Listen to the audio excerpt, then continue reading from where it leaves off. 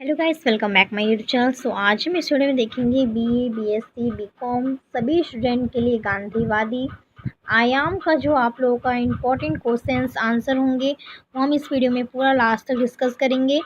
आप लोगों के स्किल डेवलपमेंट वोकेशनल का जो सब्जेक्ट है वो हम इस वीडियो में लाए हुए हैं। तो आप लोगों का एग्ज़ाम्स होता है, इसका बुक भी जल्दी नहीं मिलता है, मार्केट में अवेलेबल नहीं है और ये सभी विद्यालयों के लिए है, सभी विश्वविद्यालयों के लिए ये वीडियो है, आप लोग देख सकते हैं।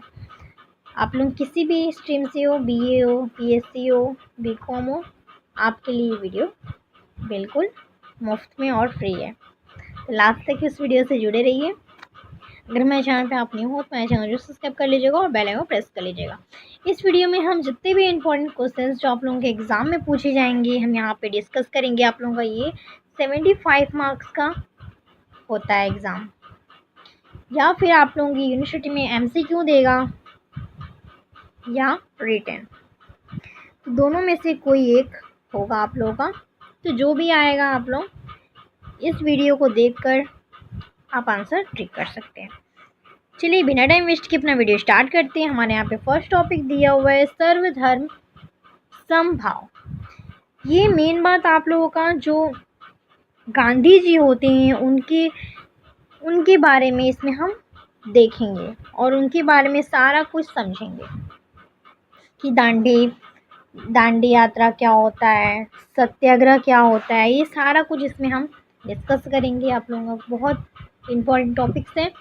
तो यहाँ पे सर्वधर्म समभाव ये आप लोगों का शॉर्ट में या वेरी शॉर्ट में पूछ देते हैं, तो आप लोग बिना घबराए इसको लिख सकते हैं। इसमें क्या है, सर्वधर्म समभाव हिंदू धर्म की एक अवधारणा है जिसके अनुसार सभी धर्मों द्वारा अनुसरण किए जाने वाले मार्ग भले ही अलग हो सकते हैं किंतु उनका गंतव्य एक ही है। इस अवधारणा को रामकृष्ण परमहंस और स्वामी विवेकानंद जी के अतिरिक्त महात्मा गांधी जी के ने भी अपनाया था। हालांकि ऐसा माना जाता है कि इस विचार का उद्गम वेदों में है। इसका आविष्कार गांधी जी ने किया था। इन्होंने इसका उपयोग पहली बार सितंबर में हिंदू और मुस्लिमों में एकता करने के लिए किया था। एकता को जगाने के लिए इन्होंने अपनाया था ताकि वे मिलकर ब्रिटिश राज का अंत कर सके। यह भारतीय पथनिरपेक्षता इंडियन सेक्युलरिज्म के प्रमुख सिद्धांतों में से एक है, जिसमें धर्म को सरकार एक दूसरे से पूरी तरह अलग न करके सभी धर्मों के समान रूप से महत्व देने का प्रयास किया जाता है, जगाने के लिए किया था ताकि वे मिलकर ब्रिटिश राज का अंत कर सके। ये आप लोगों का सर्वधर्म समभाव के अतिरिक्त रूढ़िवादी हिंदुओं के एक छोटे से हिस्से ने यह खारिज कर दिया है कि धार्मिक सार्वभौमिकता के चलते हिंदू धर्म की अपनी कई समृद्ध परंपराओं को खो दिया है। अब यहाँ पे हम आते हैं, इसको आप लोग समझ गए होंगे। इसमें क्या बताया गया था, सर्वधर्म समभाव हिंदू धर्म की एक अवधारणा है जिसके अनुसार सभी धर्म द्वारा अनुसरण किए जाने वाले मार्ग भले ही अलग हो किंतु उनका गंतव्य एक ही होता है। ऐसे हम गुस्सा करते हैं और कई व्यक्ति होते हैं जो शांति से हमारा गुस्सा को सुनते हैं, गुस्से को एब्जॉर्ब करते हैं, या फिर कोई अच्छी बातें होती हैं हम कुछ कहते हैं तो लोग देखते हैं, सुनते हैं। वैसे ही यहाँ पे हुआ था कि गांधी जी, रामकृष्ण परमहंस, स्वामी विवेकानंद जी ने कुछ ऐसे महत्वपूर्ण ज्ञान दिए और उस किसी चीज़ को एक पर्टिकुलर कुछ बात होगा उसको हम हिंदू धर्म की एक अवधारणा है जिसके अनुसार सभी धर्मों द्वारा निरूपण किए जाने वाले मार्ग भले ही अलग हो सकते हैं किंतु उनका गंतव्य एक ही होता है, वो एक ही मार्ग पे चलेंगे, सत्य अहिंसा पे ही चलेंगे। झूठ कभी नहीं बोलेंगे। वैसे ही हम कोई भी चीज़ बोलते हैं तो सभी लोग सुनता है हमारी बातें, तो हम कोई अच्छी चीज़ बोलते हैं तो वह अपनी लाइफ में एब्जॉर्ब करता है, अपनी लाइफ में अपनाता है। ठीक वैसे ही है ये। अब आते हैं नेक्स्ट टॉपिक पे, दांडी मार्च। दांडी मार्च आपका वेरी शॉर्ट में आ जाता है। महात्मा गांधी की अगुवाई में घटित भारतीय स्वतंत्रता आंदोलन का महत्वपूर्ण वृत्तांत। दांडी यात्रा या नमक सत्याग्रह महात्मा गांधी के नेतृत्व में औपनिवेशिक भारत में अहिंसक सविनय अवज्ञा का एक कार्य था।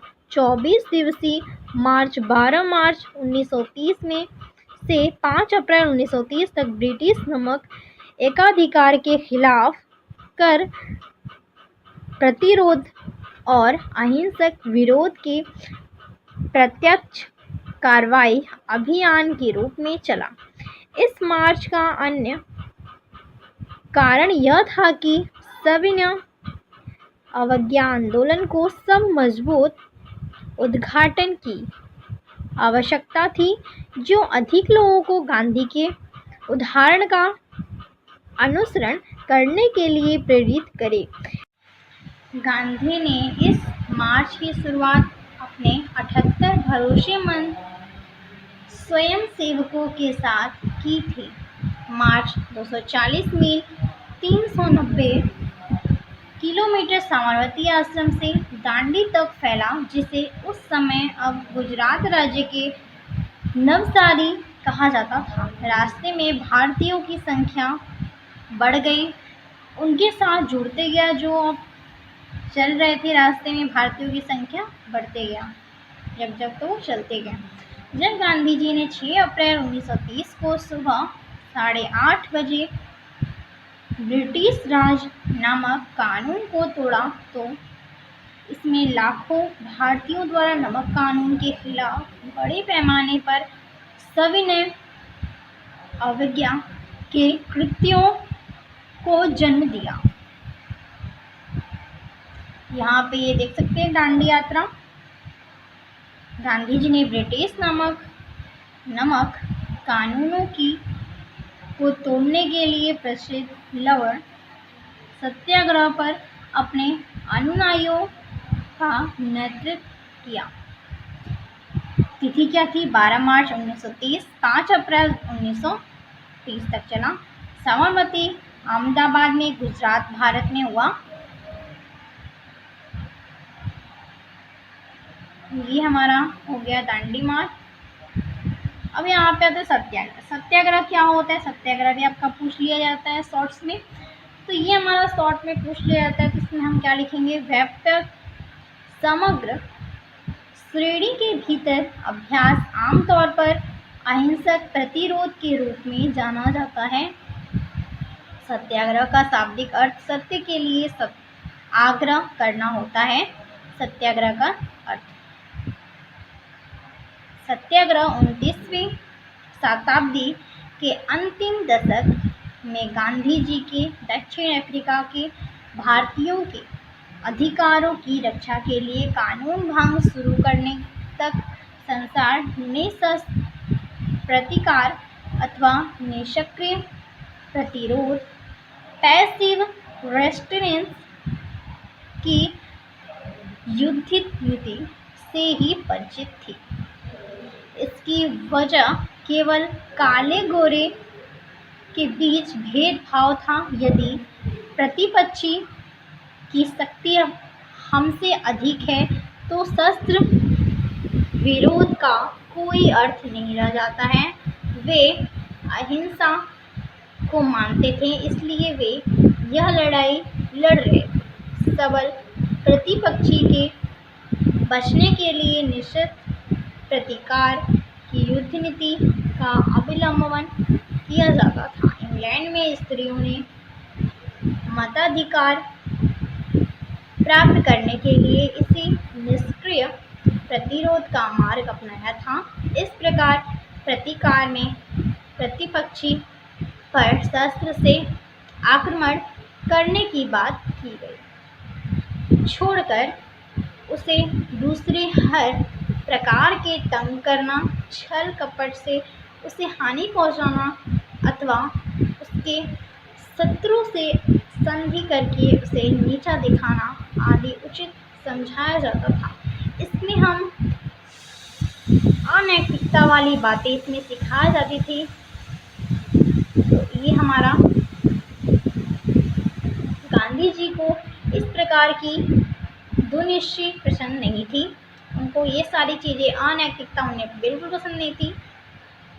दक्षिण अफ्रीका में उनके आंदोलन की कार्य पद्धति बिल्कुल भिन्न थी। उनका सारा दर्शन ही भिन्न था। अतः अपनी युद्ध नीति के लिए उनको नए शब्द की आवश्यकता महसूस हुई। सही शब्द प्राप्त करने के लिए उन्होंने एक प्रतियोगिता की जिसमें स्वर्गीय गमनलाल गांधी ने एक शब्द सुझाया, सत्याग्रह, जिसमें थोड़ा परिवर्तन करके गांधी जी ने ह शब्द स्वीकार किया। अमेरिका के दार्शनिक थोरो ने जिस सिविल डिसऑर्गेनाइजेशन सिवियन ने अवज्ञा की टेक्निक का वर्णन किया था। सत्याग्रह शब्द उस प्रक्रिया से मिलता जुलता था। सत्याग्रह का मूल अर्थ है सत्य के प्रति आग्रह। सत्य प्लस आग्रह, सत्य को छोड़कर पकड़कर रहना और उसके साथ अहिंसा को मानना, अन्यथा विरोध, अन्याय के प्रति विरोध इसका मुख्य वजह था। करते हुए अन्यायी के प्रति वैर भाव न रखना सत्याग्रह का मूल लक्षण है, जिसे हमें सत्य का पालन करते हुए निर्भरपूर्वक मृत्यु का वर्णन करना चाहिए और मरते मरते भी जिसके विरुद्ध सत्याग्रह कर रहे हैं उसके प्रति वैरभाव या क्रोध नहीं करना चाहिए। सत्याग्रह में अपने विरोधी के प्रति हिंसा के लिए कोई स्थान नहीं है। वे अहिंसावादी थे। तो ये हमारा सत्याग्रह हो गया। अब आते हैं युवा भारत, यंग इंडिया। युवा भारत में हम आते हैं। युवा भारत में भी आप लोगों का पूछ दिया जाएगा शॉर्ट में 5 मार्क्स के या 4 मार्क्स के, तो आप इसे आसानी से लिख सकेंगे। यंग इंडिया क्या होता है? यंग इंडिया अंग्रेजी में एक साप्ताहिक पत्र या पत्रिका थी जिसकी स्थापना 1916 में लाला लाजपत राय ने की और बाद में महात्मा गांधी ने इस प्रकाशित किया। इस कार्य के माध्यम से महात्मा गांधी जी ने भारत की स्वतंत्रता या स्वराज की मांग को लोकप्रिय बनाने के लिए कोशिश की। यंग इंडिया इसे 1919 से 1931 तक गांधी जी द्वारा प्रकाशित किया गया था। इस पत्रिका के में गांधी जी ने लेखक ने कई लोगों को प्रेरित किया। उन्होंने आंदोलनों के आयोजन में अहिंसा के उपयोग से संबंध में अपने अनूठी विचारधारा और विचारों को फैलाने और पाठकों से यूनाइटेड किंगडम से भारत की अंतिम स्वतंत्रता के लिए विचार करने, संगठित होने और योजना बनाने का आग्रह के लिए यंग इंडिया का उपयोग किया। 1933 में गांधी जी ने अंग्रेजी में हरिजन नामक साप्ताहिक समाचार पत्र का प्रकाशन शुरू किया। हरिजन जिसका अर्थ है भगवान के लोग, अछूत जाति के लिए गांधी का शब्द। यह अखबार 1948 तक चला। इस दौरान गांधी जी ने गुजराती में हरिजन बंधु और हिंदी में हरिजन सेवक का प्रकाशन भी किया। तीनों पेपर भारत और दुनिया के अन्य हिस्सों में सामाजिक और आर्थिक समस्याओं पर केंद्रित थे। अब यहाँ पे हम आते हैं राष्ट्रीय आंदोलन पे। राष्ट्रीय आंदोलन में क्या दिया हुआ है, यहाँ पे अब टॉपिक नहीं लिखा हुआ है, पर ये राष्ट्रीय आंदोलन है।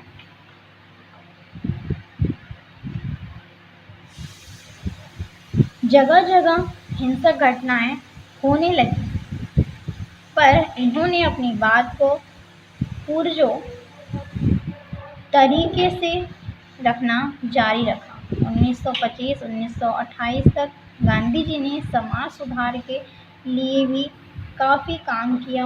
1926 में विश्वव्यापी मंदी के कारण कृषि उत्पादों की कीमत गिरने लगी। 1930 के बाद तो पूरी तरह धराशायी ही हो गई।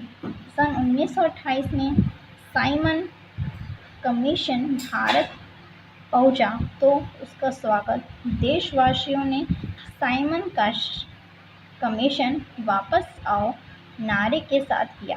धीरे धीरे कांग्रेस का दबदबा पूरे देश में बढ़ता गया और राष्ट्र की भावना को प्रेरित कर देशवासियों को एक सूत्र में पिरोने का काम गांधी जी ने बखूबी किया। गांधी जी ने बढ़ते प्रभाव के कारण देशवासियों अपने आप को एक सूत्र में पिरोने लगे। इस आंदोलन का शांत करने के लिए तत्कालीन वायसराय लॉर्ड इरविन ने अक्टूबर 1929 में भारत के लिए डोमिनियन स्टेटस को गोलोमोर सा ऐलान कर दिया।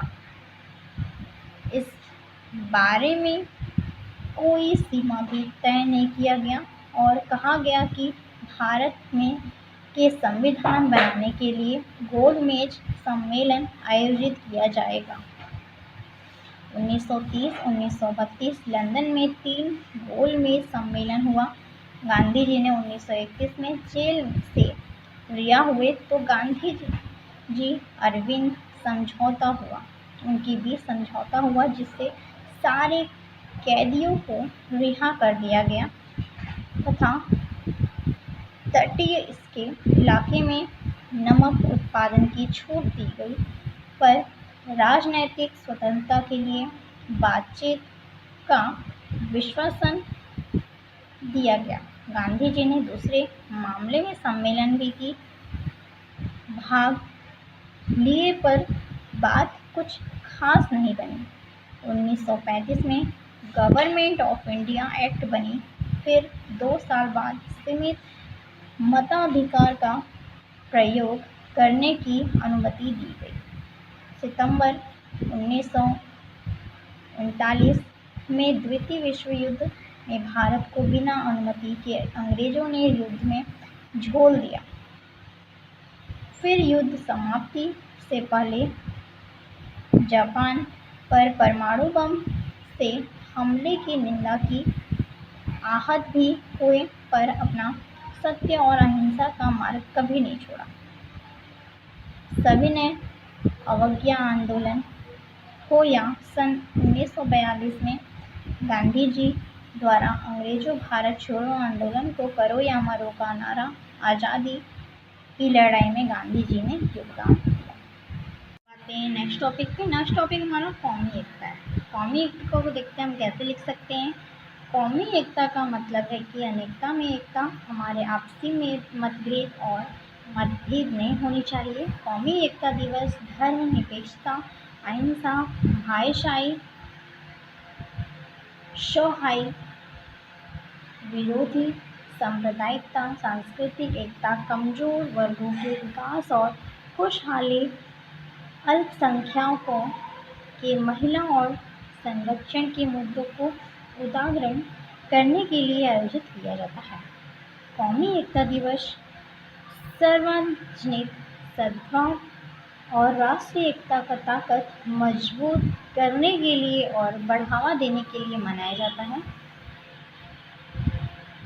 इसको अगर आपके एग्ज़ाम में पूछ देता है कि कौमी एकता से आप क्या समझते हैं, तो कौमी एकता दल उत्तर प्रदेश का एक राजनीतिक दल था।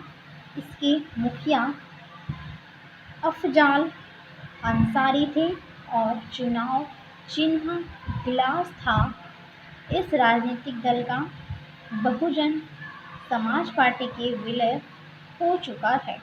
अब अंसारी बहुजन समाज पार्टी में है।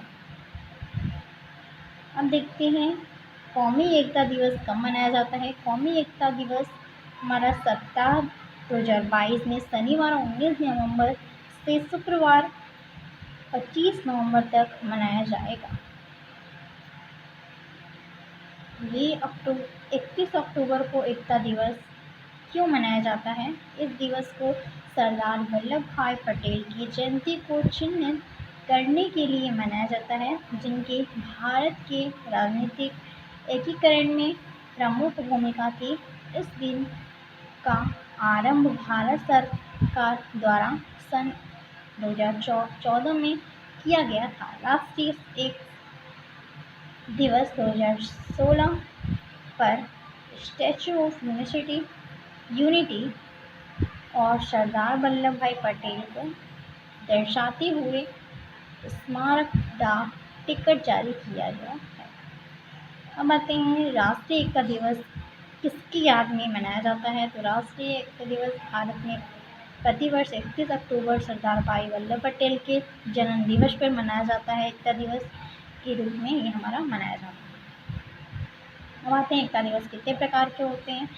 दुखरीन के शब्दों में प्रथम एकता दिवस, एकता तब ही संभव होती है जब व्यक्ति का व्यक्तित्व सामूहिक व्यक्तित्व में विलीन हो जाता है। और दूसरी स्थिति सवयवी एकता तब ही उत्पन्न होती है जब प्रत्येक व्यक्ति के व्यक्तित्व का अस्तित्व अलग अलग मान्य हो जाता है। इन दोनों प्रकार की एकताओं को निम्न प्रकार से अधिक स्पष्ट रूप से समझाया जा सकता है।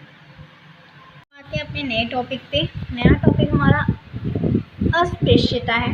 अस्पृश्यता को हम कैसे परिभाषित कर सकते हैं, उसका निवारण क्या क्या है, तो इसको हम देखते हैं। अस्पृश्यता की परिभाषा। अस्पृश्यता संबंधित संवैधानिक प्रावधानों का उल्लेख करें।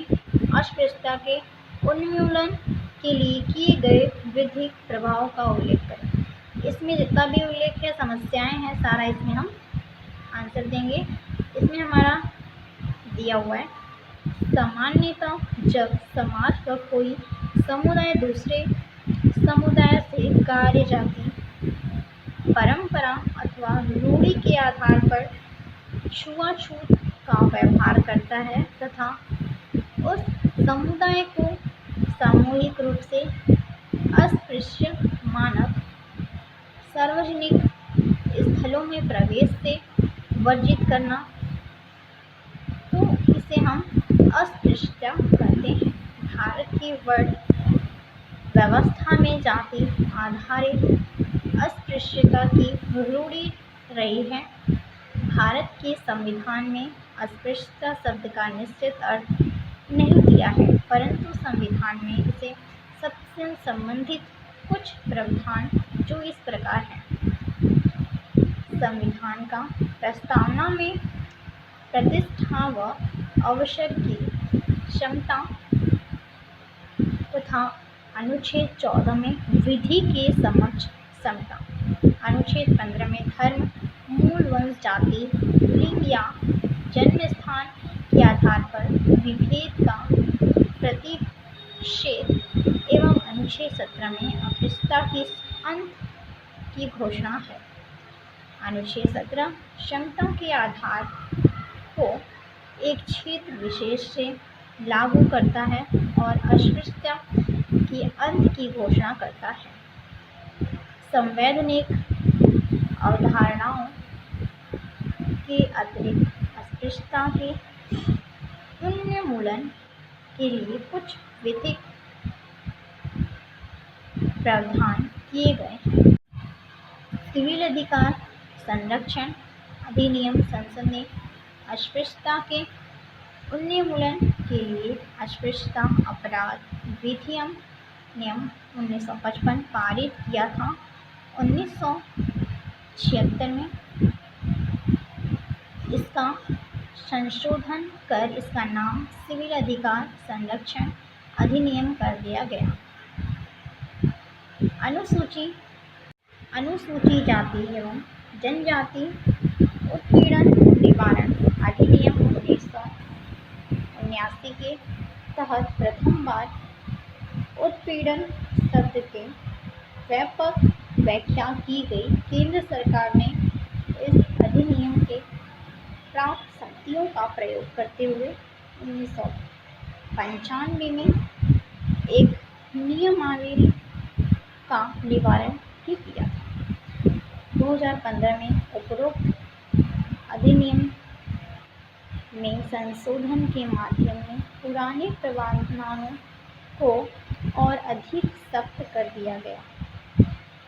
इसमें उत्पीड़न की परिभाषा भी कई और कृत्यों जैसे सिर व मूंछ मुंडाना, चप्पलों की माला पहनना, जनजाति महिलाओं को देवदास बनना आदि को भी शामिल किया गया है।